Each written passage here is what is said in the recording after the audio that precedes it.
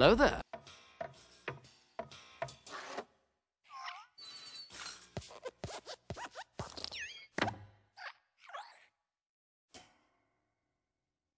Je vous ai demandé sur les réseaux sociaux quel film Pixar devait suivre après ma vidéo sur Vice Versa. Vous avez voté, et bien c'est parti.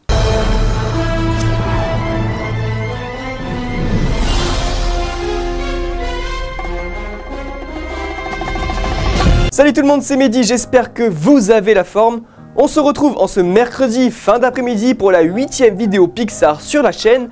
Et comme vous avez pu sûrement le voir dans le titre ou en cliquant sur la miniature, aujourd'hui on s'attaque à un mastodonte, le premier opus des Indestructibles sorti chez nous le 24 novembre 2004. Ouais, le film a 16 ans, tout va bien. Pour ceux qui ne le savaient pas, Les Indestructibles ça fait partie de mon top 3 des films Pixar. Remontons quelques mois en arrière, un moment sans galère, mes débuts sur YouTube. En troisième position, je taperai dans Les Indestructibles de Brad Bird. Et est-ce que j'ai vraiment besoin de m'étaler sur le sujet? Voilà, donc vous voyez le tableau. Les Indestructibles est à mon sens un des tout meilleurs films Pixar. Et pourquoi? Bah parce que c'est génial. Voilà, salut! Ok, je recommence. Les Indestructibles est à mon sens un excellent Pixar et même un excellent film tout court parce que c'est un long métrage qui a su réinventer le genre super-héroïque et pas qu'un peu. Et je vous le dis d'office, il n'y aura pas beaucoup de points négatifs. Tout d'abord, il va falloir parler des personnages et est-ce qu'il y a vraiment un débat en fait? Ils sont incroyables, tous sans exception.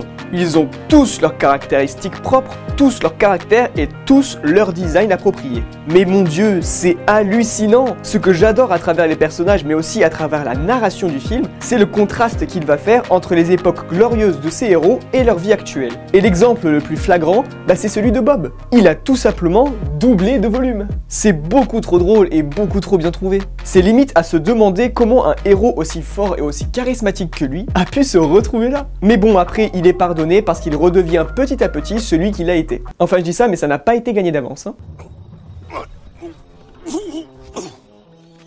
Ça m'énerve.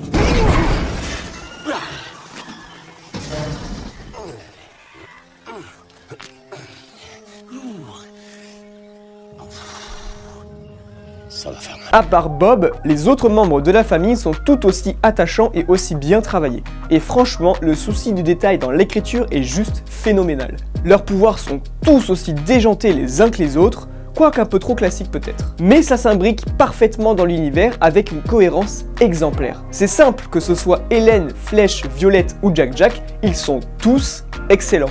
Ils ont tous pour la plupart leur scène badass et de toute façon aucun n'est laissé sur la touche et ça c'est vraiment très fort. Ensuite je dis toujours que souvent un bon film dépend de ses personnages secondaires. Le meilleur exemple que je peux vous donner c'est ça.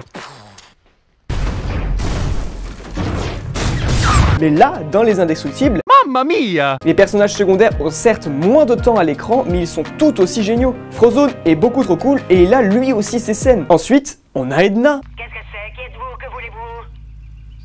Oh, mais tu es obèse. Allez, entre! Quel personnage beaucoup trop drôle, quel personnage absolument génial. Et enfin, que dire de Syndrome? Un méchant totalement culte et peut-être l'un des meilleurs méchants jamais vus, tout film de super-héros confondu. Et Marvel, regarde, arrête de trop poser sur le qui, c'est comme ça qu'on écrit un bon méchant, pas comme la plupart de tes zinzins de l'espace.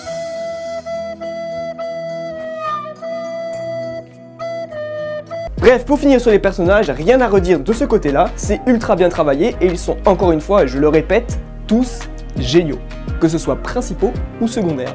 En ce qui concerne l'histoire, je peux comprendre que ça peut être un point décevant pour certains car elle est un poil trop classique, mais pour moi c'est Brad Bird derrière, donc la mise en scène de ce côté-là, c'est assez démentiel aussi. On a des plans totalement dingues et des choix de réalisation ultra forts. Et à travers la mise en scène, on sent bien évidemment l'amour qu'a Brad Bird pour les vieux films d'espionnage et même les vieilles séries d'espionnage. Il y a même à mon sens parfois quelques petites touches de James Bond.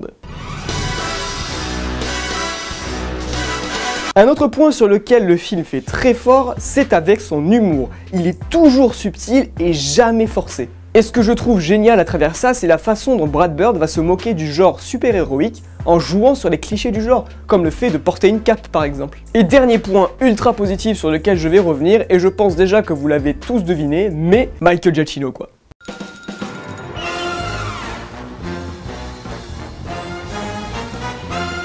Voilà, c'est tout ce que je pouvais vous dire sur les Indestructibles des studios Pixar. Cette critique touche à sa fin et j'espère bien évidemment qu'elle vous aura plu. Si c'est le cas, n'hésitez pas à aimer et à partager pour faire gagner la chaîne en visibilité. Dites-moi dans les commentaires vous aussi si vous aimez les Indestructibles ou non. Les nouveaux, je vous invite à vous abonner. Je vous invite. J'ai dit ça? Oh putain. Les nouveaux, je vous invite à vous abonner en activant la petite cloche des notifications. Vous pouvez me retrouver sur tous les réseaux qui s'affichent actuellement sur votre écran. Je vous dis donc à très vite pour de nouvelles vidéos, mais d'ici là, portez-vous bien. Il s'est enfui. Eh bien, tant mieux. Vous étiez à 2 doigts de perdre votre...